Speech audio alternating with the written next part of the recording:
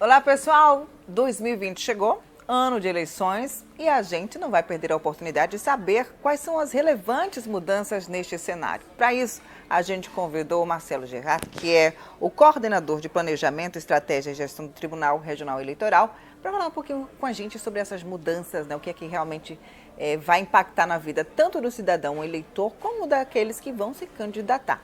Até porque nos últimos dias já teve até essa movimentação de pré-candidatura, então já tem um alvoroço, tem um ritmo já acelerado para se saber quem vai ser candidato à Prefeitura de Aracaju e acredito que em outras cidades do país também. As mudanças no cenário nacional e ele vai estar explicando para a gente quais são as principais, né? Porque são muitas.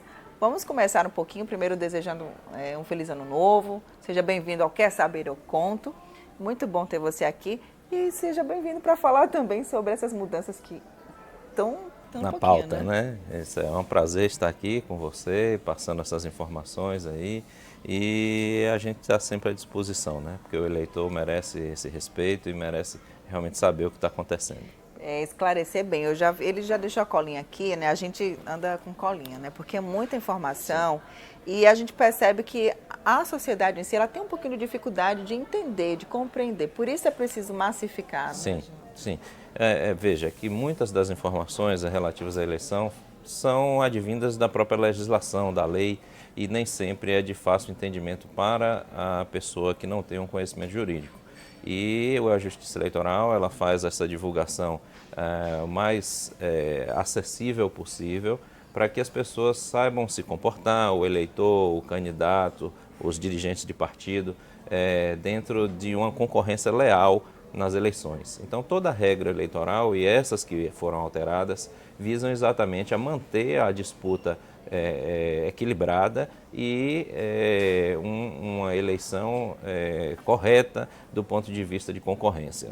Vamos pontuar quais são as mudanças mais efetivas, mais assim, relevantes, o que mexe um pouco mais com tanto o eleitorado como os candidatos? Bom, sem dúvida nenhuma, neste ano, a mudança mais significativa em termos de alcance, tanto para partido, candidato e eleitor, é a questão da proibição das coligações partidárias para a eleição de vereador. No caso anteriormente, quando nós tínhamos as coligações, os partidos se juntavam, formavam um partido só para efeito de eleição e o eleitor votava no candidato daquela coligação. Significa o quê, Dani? Que no caso o eleitor votava em um candidato daquela coligação, que podia ser de um partido diverso lá, e se aquele candidato não fosse eleito, era possível que ele elegesse um candidato de outro partido. Então, o voto do candidato dado, ou do eleitor dado àquele candidato da coligação, terminava ajudando a eleger ou elegia um candidato de outro partido, que normalmente as pessoas não têm assim, não entendem exatamente esse sistema, no caso, quando existe a coligação. Hoje, agora é diferente. A proibição da coligação deixa o partido sozinho para concorrer sozinho com seus candidatos. E significa que o eleitor vai votar naquele candidato, daquele partido, e só vai ajudar aos candidatos daquele partido. Não vai ter mais aquela coisa de votar num candidato do partido X e eleger o candidato do partido Y.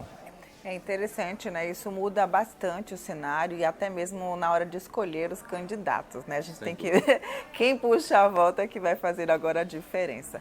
Em relação a prazos também, tanto para o eleitor, tem o e-título, tem uma série de coisinhas também. Isso, nós temos aí diversos prazos, na verdade uma eleição é feita através de prazo, porque todas as atividades de uma eleição têm prazo. Alguns prazos, como por exemplo, as relativas à convenção partidária, foram alterados para este ano. Então, as convenções vão ocorrer no dia 20 de julho a 5 de agosto. Anteriormente, aconteciam antes, de 10 a 30 de junho, por conta de a candidatura ela ser mais longa. Nós tínhamos um período de propaganda maior e a legislação também foi alterada nesse sentido e diminuiu o período de campanha eleitoral. E por conta disso foi aproximando essas atividades mais da data da eleição, que neste ano será em 4 de maio, no primeiro turno. Além disso, essas convenções partidárias são aquelas exatamente que escolhem os candidatos e possíveis coligações para o majoritário, para prefeito, porque, como nós já falamos, para vereador não há coligação. E dessa convenção é gerada uma ata e ela deve ser publicada em 24 horas. Essa também é uma novidade, para não haver qualquer alteração nessas atas. Além disso, a solicitação do registro de candidatura passou para agosto, né? Até 15 de agosto, de 5 de julho, que era anteriormente o prazo, passou para 15 de agosto. Então, os partidos devem estar atentos para registrarem suas candidaturas no prazo, uma vez que passar de 19 horas do dia 15 de agosto, já não consegue mais fazer o registro de candidatura. Por falar em prazo, vamos falar um pouquinho também sobre redes sociais. O que é que pode, o que é que não pode? Pois é, isso é interessante. A partir de 15 de agosto, nós temos a possibilidade de iniciar propaganda eleitoral. E é possível fazer propaganda nas redes sociais, os candidatos podem abrir seus sites e divulgar sua campanha na rede social. E o eleitor também. O eleitor ele pode divulgar o seu candidato, dizer se favorável a esse, aquele candidato, a essa, aquela proposta. Entretanto, houve algumas mudanças. Uma delas, e muito importante, é aquela divulgação que era feita anteriormente na data da eleição. Algumas pessoas divulgavam novas mensagens, novas propagandas no dia da eleição na internet.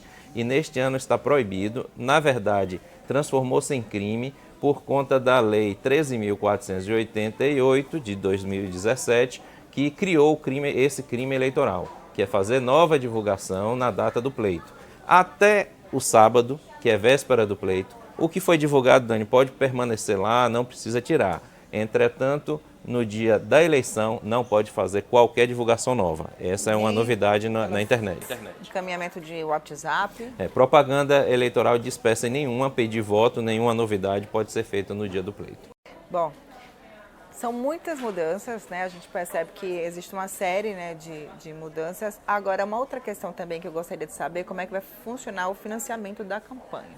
Veja, financiamento de campanha, ela tem tanto o recurso público, quanto tem também o recurso de colaboradores, né, de pessoas que ajudam seus candidatos preferenciais e fazem a campanha acontecer. No caso, ainda permanece a proibição da doação de empresa, ou seja, só pode pessoa física, pessoa jurídica não pode fazer doação para a campanha. E essa doação é muito interessante porque a partir de 15 de maio já pode ser feita a doação para a campanha eleitoral. Veja, não existe nem candidato ainda, apenas pré-candidato, e já é possível fazer doação através da vaquinha virtual. Ou seja, na internet, os candidatos vão escolher aquelas empresas que trabalham com vaquinha virtual e os eleitores desse possível candidato já podem fazer suas doações. Entretanto, esse dinheiro, a gente tem que frisar bem, que é doado nesse site, que é registrado inclusive no TSE, ele só vai poder ser utilizado pelo pré-candidato se ele efetivamente registrar sua candidatura. Se ele registrar sua candidatura, ele se transforma realmente em candidato e aí pode fazer mão desse dinheiro. Ainda tem que prestar conta. Sem dúvida nenhuma, tem de prestar conta de todo o gasto de campanha, ele vai ter de prestar conta, inclusive desse dinheiro que foi doado pelo internauta. Sendo que, se ele não se registrar como candidato, o dinheiro volta para o internauta, ele recebe de volta. Lembrando, gente, que toda irregularidade vai ser acompanhada pela Justiça Eleitoral e até mesmo com a Polícia Federal, se for o caso, né? Sem dúvida nenhuma, a Polícia Federal ela tem o departamento dela de questão de crime de internet e também crime eleitoral. Eles são responsáveis pela investigação de crime eleitoral, a Polícia Federal, e estará, sem dúvida nenhuma, verificando esses crimes e, junto com a Polícia Federal, também o Ministério Público, né, que estarão ali verificando essas questões de crime e denunciando junto à Justiça Eleitoral. Não dá para brincar, viu, gente? Sem dúvida nenhuma, não é brincadeira. Veja que, olha, Dani, a coisa é tão séria que a gente tem multa aí, além da questão do crime, da prisão, né, da detenção, tem algumas situações que o eleitor ou o candidato pode ter de pagar uma multa de mais de R$100 mil. Então não é brincadeira, né? A gente tem de ter cuidado realmente com a propaganda eleitoral. E até o candidato perder a vez, né? Pode chegar até a ganhar e não conseguir chegar até assumir, né? Sem dúvida, sem dúvida. Muito obrigada, viu, pelas informações. Seja sempre bem-vindo aqui ao Quer Saber? Eu conto. E você já sabe, né? Próxima semana tem muito mais. Aproveita esse tempo aí que a gente vai se conectando durante a semana. Pode continuar enviando as suas perguntas. Não se preocupe, que inclusive tem o site, tem aplicativo. Fala um pouquinho onde é que as pessoas podem saber mais sobre essas mudanças. É importante entrar no nosso site do TRE, www.tre-se.jus.br ou no próprio site do TSE. Fechado? Até a próxima. Quer saber? Eu conto.